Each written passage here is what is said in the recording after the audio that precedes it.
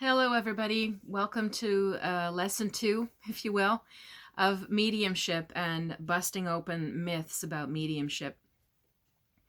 So the first video, if you watched it, I gave a pretty solid description of some different things based on how it really is, or what a medium is versus what a Hollywood version of mediumship is. This video, I really want to get into the sort of the nitty-gritty about how a session is when you are authentically connecting to someone's spirit versus, again, like a Hollywood or a not, I won't say fake, but just well, I guess maybe I'm saying fake kind of session, because there are plenty of people out there claiming to be lots of things in the world, whether it's in esotericism or otherwise, who are not authentically giving you what you need. So there's also different schools of mediumship and how they work. Okay, so there is a school in the UK, and they're teaching what they call evidential mediumship. And this is what you'll often see if you go see somebody like John Edward, which you can see online, John Holland. They're in a crowd, obviously, or Teresa Saputo or whatever.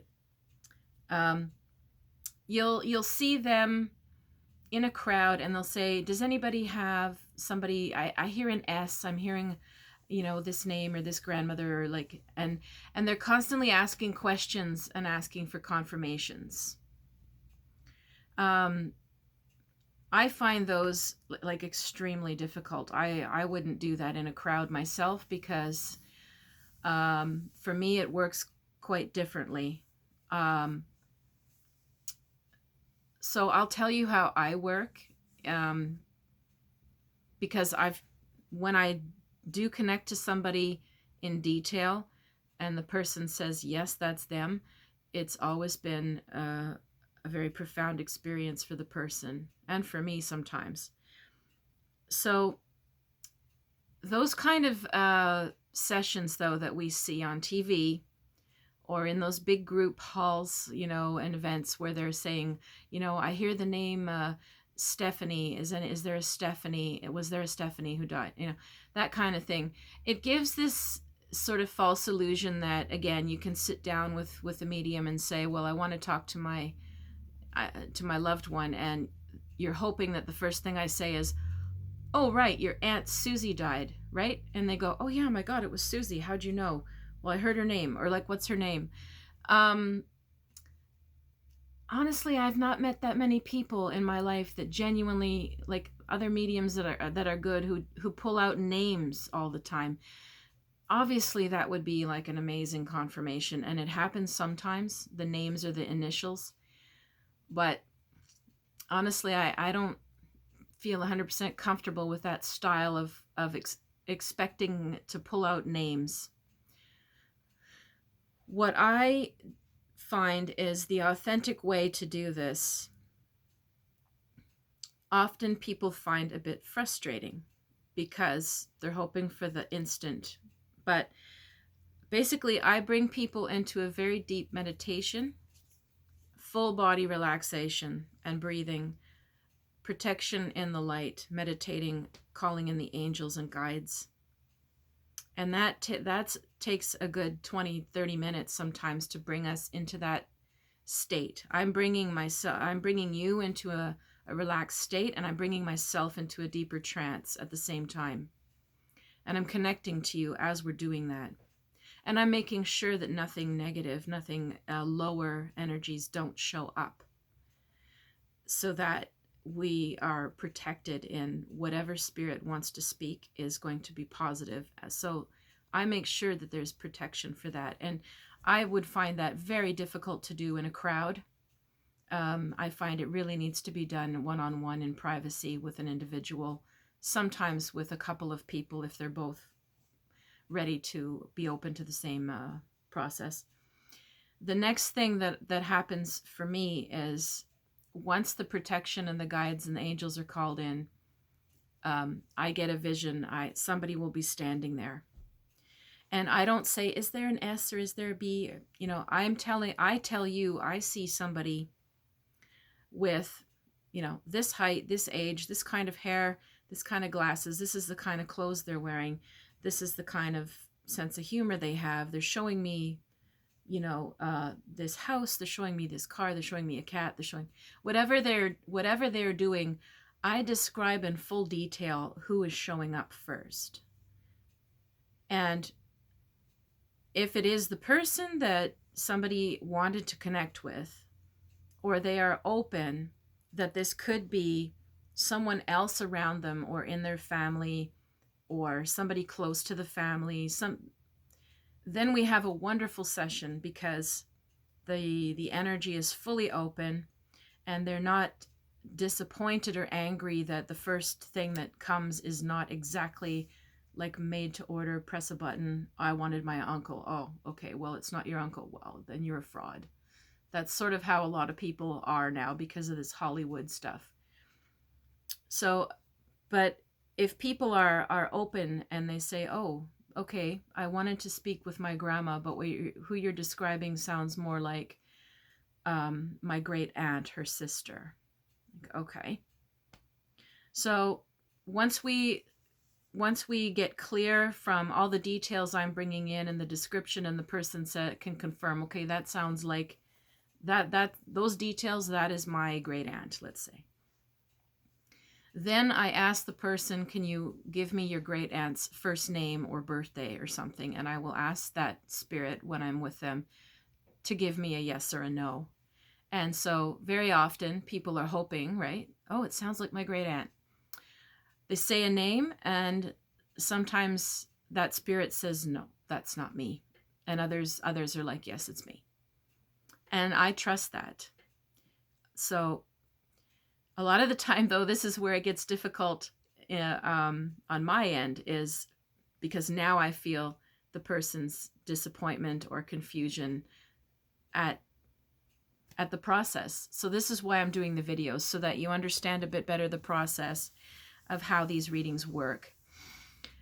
The next thing that would happen if you get confirmation and she says, yes, I'm your great aunt, I'm Beatrice or whatever, let's say, is I will, once I get the confirmation, then there's more that I'm shown. There's things she might indicate. She might show me, point to something. She might say, mother, my mother, my mother.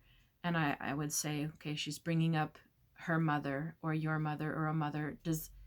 Was there something, strong event that happened? Is there any reason she would bring up her mother? And, some people at that moment, they'll start crying because, oh my God, yes. And other people will just be like, I don't know, no idea. And so we just sort of keep bringing forth whatever I'm getting in detail for you to confirm. As you confirm it, if you can, it tends to just open up more and more information or detail. And then before we close with the one spirit connection, I ask the person, I ask you, is there anything you want to say to them? Is there anything you want to ask of them? And that's another video of what people ask and what they're hoping for and what tends to happen. But most people seem to want to know, is my loved one at peace? And the second thing they usually want to know is if they're forgiven for something that they feel bad about in the last part of their care or something like that. And so there's an awful lot of grief counseling that comes into the picture while I'm in a trance-like state.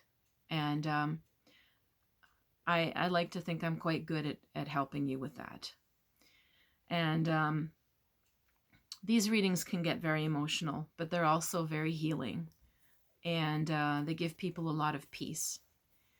So I hope that makes it clearer how this process works. To me, it's far more authentic to